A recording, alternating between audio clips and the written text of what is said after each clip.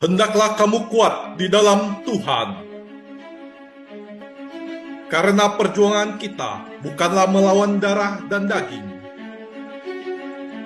tapi melawan penguasa gelap dan roh-roh jahat di udara. Kenakanlah seluruh perlengkapan senjata Allah dan berjaga-jagalah dalam doa.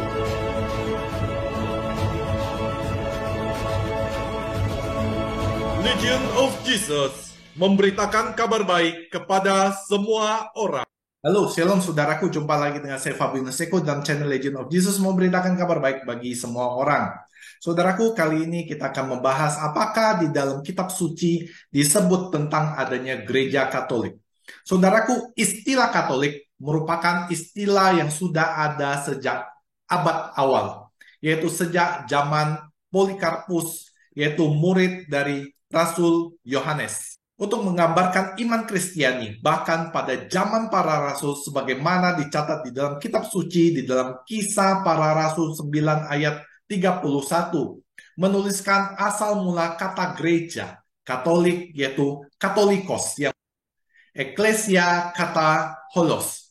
Ayatnya berbunyi, selama beberapa waktu jemaat di seluruh Yudea, Galilea dan juga Samaria berada dalam keadaan damai. Jemaat itu dibangun dan hidup di dalam takut akan Tuhan. Jumlahnya semakin bertambah besar oleh pertolongan dan penghiburan dari Roh Kudus. Di sini kata eklesia, kata holos atau katolikos diterjemahkan ke dalam bahasa Indonesia menjadi jemaat di seluruh. Maksudnya adalah gereja seluruh atau universal atau gereja Katolik.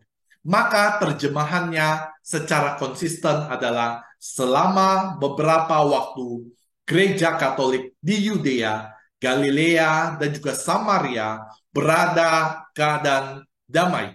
Gereja itu dibangun dan hidup dalam takut akan Tuhan. Jumlahnya semakin bertambah besar oleh pertolongan dan penghiburan dari Roh Kudus.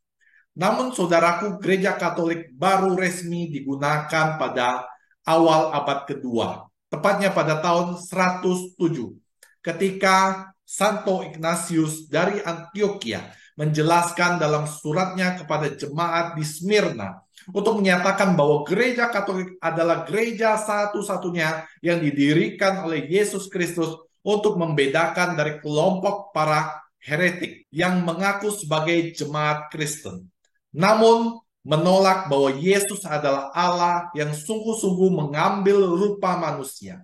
Ajaran sesat itu adalah heresi atau bid'ah. Dengan surat tersebut, Santo Ignatius mengajarkan tentang hierarki gereja, imam dan ekaristi yang bertujuan untuk menunjukkan kesatuan gereja dan kesetiaan gereja kepada ajaran yang diajarkan oleh Kristus. Demikian penggalan kalimatnya. Di mana uskup berada, maka di sana pula umat berada. Sama seperti di mana ada Yesus Kristus, maka di sana juga ada gereja Katolik. Sejak saat itu, gereja Katolik memiliki arti yang kurang lebih sama dengan kita ketahui sekarang, yaitu gereja universal di bawah pimpinan para uskup yang mengajarkan doktrin yang lengkap sesuai dengan yang diajarkan Kristus. Seperti yang telah disebutkan sebelumnya, bahwa Katolik berasal dari bahasa Yunani katolikos, yang artinya keseluruhan atau universal atau lengkap. Jadi dalam hal ini, gereja Katolik setidaknya mempunyai dua arti, yaitu gereja ini bukan hanya memiliki suku tertentu atau sekelompok eksklusif yang terbatas, melainkan mencakup seluruh keluarga Tuhan yang ada di seluruh dunia, yang merangkul semua dari setiap suku, bangsa, kaum, dan juga bahasa yang ada di seluruh dunia dan juga sepanjang zaman. Yang kedua adalah gereja tidak dapat memilih-milih doktrin yang tertentu asal cocok sesuai dengan selera ataupun pendapat pribadi, tapi mengajarkan ajaran yang setia kepada seluruh kebenaran. Rasul Paulus mengatakan bahwa hakikat seorang rasul adalah pengajar yang Katolik, artinya yang meneruskan firman Allah dengan sepenuhnya. Tiap-tiap orang kami nasihati, dan tiap-tiap orang kami ajari dalam segala hikmat untuk memimpin tiap-tiap orang kepada kesempurnaan di dalam Kristus. Maka gereja Kristus tersebut sebagai Katolik atau sebagai universal, sebab ia dikaruniakan kepada segala bangsa, karena Allah adalah pencipta segala bangsa. Sebelum naik ke surga, Yesus memberikan amanat agung kepada para rasul. Pergilah ke seluruh dunia dan jadikanlah semua bangsa muridnya. Sepanjang sejarah, Gereja Katolik menjalankan misi tersebut, yaitu menyebarkan kabar gembira kepada semua bangsa. Sebab Kristus menginginkan semua orang menjadi anggota keluarganya yang universal. Kini Gereja Katolik ditemukan di semua negara di dunia dan masih terus mengirimkan para misionarisnya untuk mewartakan Injil Gereja Katolik yang beranggotakan berbagai macam bangsa dan juga budaya, menggambarkan keluarga kerajaan Allah yang tidak terbatas hanya pada negara atau satu suku bangsa tertentu.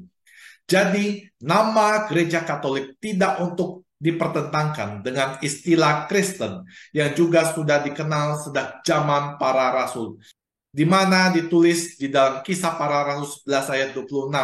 Mereka tinggal bersama-sama dengan jemaat itu 1 tahun lamanya, sambil mengajar banyak orang. Di Antiokhia lah murid-murid itu untuk pertama kalinya disebut Kristen. Sebab Kristen artinya adalah pengikut atau murid dari Kristus. Maka istilah Kristen mau menunjukkan bahwa umat yang menamakan diri Kristen adalah para murid Kristus, Sang Mesias, Putra Allah yang hidup. Umat Katolik juga adalah umat Kristen yang justru menghidupi makna Kristen itu dengan sepenuhnya. Sebab Gereja Katolik menerima dan meneruskan seluruh ajaran Kristus itu sebagaimana yang Yesus ajarkan. Oleh Kristus sendiri dan para rasul yang dilestarikan oleh para penerus mereka. Seluruh ajaran maksudnya adalah tidak memilih-milih ajaran yang mana yang mau diteruskan dan mana yang tidak. Dan meneruskan semua ajaran yang disampaikan oleh Yesus dan para rasul, baik lisan maupun tulisan. 2 Tesalonika 2 ayat 15.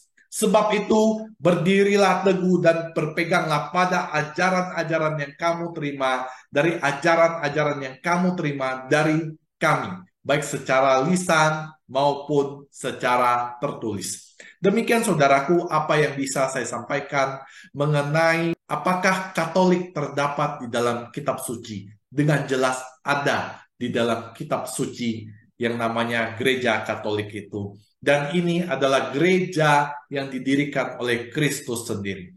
Saudaraku, jika Anda merasa channel ini bermanfaat bagi Anda boleh silakan subscribe, like, dan juga bagikan kepada banyak orang agar channel ini terus berkembang dan juga bisa mewartakan kabar baik kepada semua orang. Akhir kata, saya mengucapkan terima kasih. Tuhan Yesus memberkati Anda dan juga saya.